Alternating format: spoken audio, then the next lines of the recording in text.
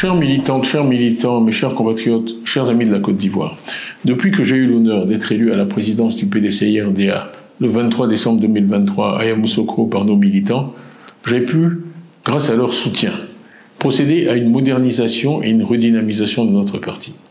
L'équipe que j'ai mise en place et moi-même avons souligné, identifié sans concession les difficultés auxquelles font face chaque jour les Ivoiriens et nous avons proposé aux Ivoiriens une autre manière de faire de la politique et de diriger notre pays.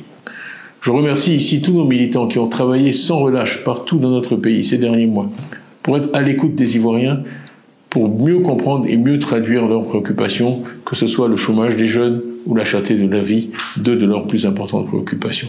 Donc merci donc à tous nos vaillants militantes et militants pour leur travail. Grâce à ce travail, nous avons suscité chez nos compatriotes un engouement réel pour notre parti. Ainsi, le nombre de nos adhérents a doublé au cours des 12 derniers mois. Malheureusement, ces avancées annonciatrices de notre prochain retour au pouvoir d'État ont déclenché des attaques répétées et injustifiées, avec la justice pour principal instrument. En effet, depuis plusieurs mois, le PDCI-RDA et moi-même sommes l'objet d'un harcèlement judiciaire inique et insidieux, orchestré dans l'ombre, mais porté à visage découvert par des personnes manipulées, avec pour seul objectif de nous écarter de la vie publique et politique, de nous priver de nos droits fondamentaux de citoyens et de porter atteinte à ma dignité, allant jusqu'à me contester ce qui est le socle de toute existence humaine, ma nationalité. Toute ma vie a été pétrie aux valeurs ancestrales de ce pays où je suis né et où j'ai grandi. L'éducation que m'ont inculquée mes parents est fortement inspirée de la philosophie humaniste faite de paix, de respect de la personne humaine, de tolérance, de rejet de toute forme de violence que le père fondateur de la nation ivoirienne, Félix Houphouët-Boigny, nous a légué. Malheureusement, il semble que certains d'entre nous n'ont rien retenu de l'histoire récente et combien douloureuse de notre pays. Toutes ces manigances que nous voyons chaque jour visent à entraver la marche vers le pouvoir d'État du PDCI-RDA, qui m'a plébiscité d'abord comme président du parti en décembre 2023, et puis en avril 2025 comme son candidat à l'élection présidentielle d'octobre 2025. On veut m'écarter du débat démocratique, parce que je suis porteur de l'espoir qu'une autre Côte d'Ivoire est possible. Ma voix est une voix que nos adversaires veulent éliminer, non par le pouvoir de leurs idées, mais par la persécution et par l'instrumentalisation de la justice à des fins politiques et partisanes.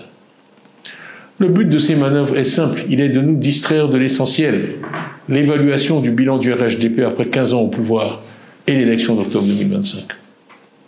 Alors que l'on était en droit d'espérer des élections inclusives, transparentes et apaisées, force est de constater que la radiation injustifiée du candidat du PDCI-RDA vient s'inscrire dans la logique de l'élimination des leaders des principaux partis politiques de l'opposition pour se garantir des élections sur mesure et une victoire certaine. Je ne peux que ressentir de la déception face à un tel déni de démocratie en Côte d'Ivoire.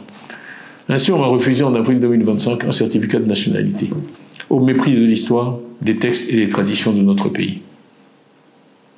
Plus grave, il se dessine une volonté claire de mettre notre parti, le PDCI-RDA, sous contrôle, sous tutelle, à un moment où l'espérance en un retour du PDCI-RDA au pouvoir, après 25 années d'opposition, est partagée par beaucoup d'Ivoiriens et par tous nos militants et tous nos sympathisants.